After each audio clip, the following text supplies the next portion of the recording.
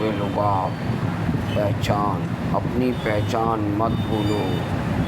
ایک آدمی کی گاڑی ایک دور دراز گاؤں کے قریب خراب ہو گئی۔ وہ مدد کی تلاش میں گاؤں کی طرف چل پڑا۔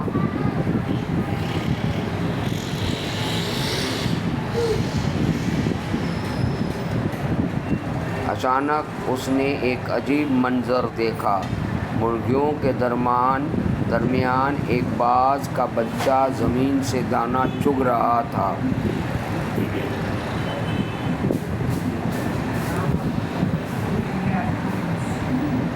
وہ حیرت سے بولا، یہ کیسے ممکن ہے؟ بوڑھے نے جواب دیا، یہ باز کا بچہ زخمی حالت میں مجھے پہاڑ پر ملا تھا۔ میں نے اسے چوزوں کے ساتھ پالا اور وہ خود کو چوزا ہی سمجھنے لگا ہے۔ آدمی باز کا بچہ لے جاتا ہے، مختلف زبانوں میں اس سے کہتا ہے تو باز ہے، مرغی نہیں۔ روز باز کے بچے کو کہتا ہے پہچان، تو باز ہے۔ مگر باز بچہ خوف زدہ رہتا ہے۔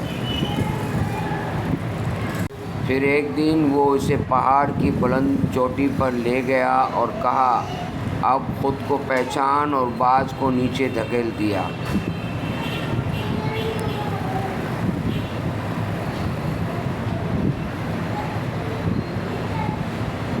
پہلے وہ ڈرا، مگر پھر وہ اڑنے لگا، اونچا اور اونچا۔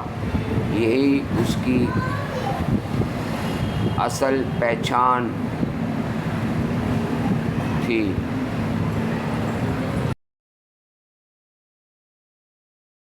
باز آسمان میں، وہ شخص نیچے مسکرا رہا ہے۔ ہم بھی اکثر باز ہوتے ہیں، مگر چوزوں کے بیچ رہ کر اپنی پہچان بھول جاتے ہیں۔ کبھی کبھار کسی دانہ کی ضرورت ہوتی ہے جو ہمیں یاد دلاتی ہے کہ ہم کون ہیں۔ بس اڑنا سیکھو، پہچان اپنی بلندی تمہاری پیغام۔ نوجوانوں، والدین کے کندھوں کو چھوڑ دو۔ والدین اولاد کو اپنا محتاج نہ بنائیں۔ نہیں تیرا نشیمن قصر سلطانی کے گنبد پر، تو شاہین ہے بسیرا کر پہاڑوں کی چٹانوں میں۔ اپیل، فیس بک کے فالوور بنیں اور میرے یوٹیوب چینل لبِ لباب کو سبسکرائب کرنا نہ بھولیں۔ لنک نیچے دیا گیا ہے۔